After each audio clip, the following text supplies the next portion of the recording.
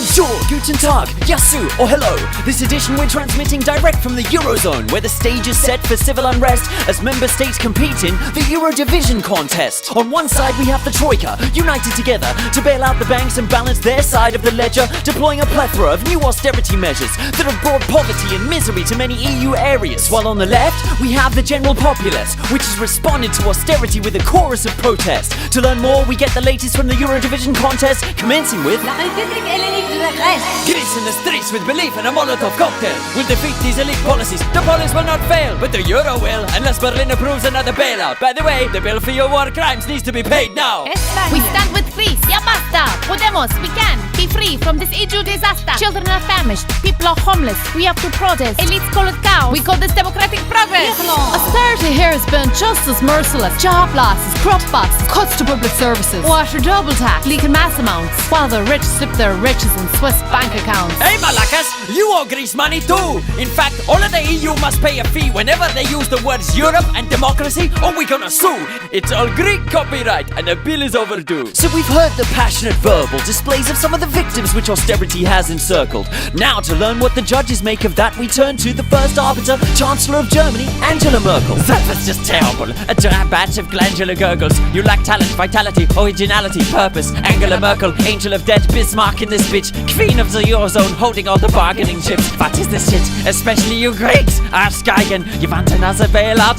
First you need to tighten your belts. Sell your islands, privatize the Acropolis, and for fix's sake pay your taxes. I've had enough of this. And Spain, that was lame. You make me smirk. Podemos, we can? Yeah, you can. Get back to work. And Ireland, thanks for trying to display your talent, but the chips are down like the potato famine. Listen up, Europeans. The social contract is dead. We said austerity was temporary, but instead it's your new way of life. So just get used to it now. Cheer up. I know how to run Europe into the ground. Dankeschön, Frau Merkel. We now join this next judge on our panel to share standpoints with us. We welcome the Marxist theorist, adroit critic, Slovene philosopher and academic Slavoj Žižek. My God, I have to clap hands at this revolutionary potential. It's sensual, erotic, like a lap dance, in a Freudian kind of way. You know Lacan? Because all it reminds me of the film Batman. That one where the hero arrives to save our rights, but he's actually a capitalist, dressed in armor like a fascist or a feudalist. You know, the Dark Knight. And look how they frame the criminals like he starts to fight, as anarchists like Joker, or as activists like Bane, and so on and so on. And so who is this Bruce Wayne? Mythologically, you know he is like a new sort of Hades, Greek god of the underworld, lord of the wealthy, and his brother Zeus kidnapped Europa, a Cretan. Okay, so the hidden message Hollywood is leaving is clear then. First, people of Europe, you are all cretins. Second, you must just trust your capitalist rulers, even if they look like masked fascists and striding tyrants, because only they can save you from the rising tide of crime and violence and spiraling cycle of anarchy. But if we look behind these stupid masks using psychoanalysis, we see the real criminals are the governments and banks, who have declared a disgusting class war or the welfare state. But the people of Europe have seen the rank scams and imposters and are in the streets saying fuck you, bankmen and robbers. Chwala Žižek for that intricate Marxist syllabus. We now cross over dialectically in search of a synthesis to the last judge, a person with influence, presently in charge of the IMF, Madame Christine Lagarde. Bonjour les esclaves, ça va?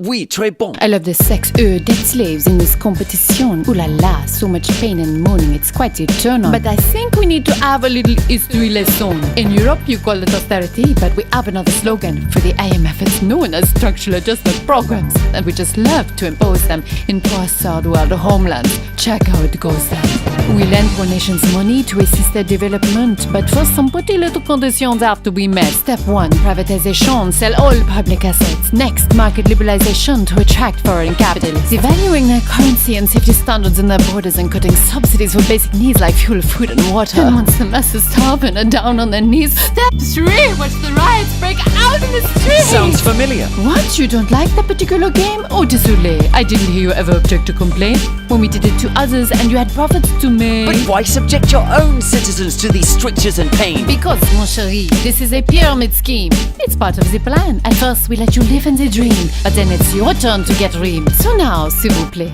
bend over, relax, and enjoy this austerity. Merci. Well, we've heard from all sides then. Oh wait, it seems the EuroDiVision contest is not quite over yet. I'm told there is a late arrival, a wildcard entry.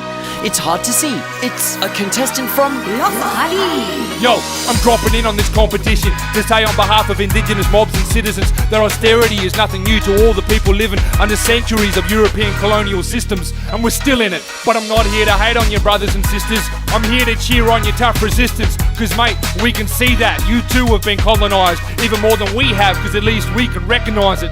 Should the people protest and elect? Yep, but don't forget, a system cannot fail those it was never meant to protect. So the solution? Forget Occupy, you've done enough of that. Decolonise Europe and do it stat. And with that message, we end our coverage of the EuroDiVision contest. Thanks to all our guests and judges, we've witnessed noble acts of rhetoric and courage, bold attacks on systemic power structures. So how do we make sense of this current EU crisis? Is it just economics and budgets? Is there a class war behind it? Or has colonization, normally aimed at other nations and continents, been redeployed against Europe's own populace? Seeking answers, we've explored those very narratives, from the streets of Madrid and Frankfurt to the Kimberleys and Athens, where austerity advances and history is happening. Stay tuned for more juice when rap news is back again.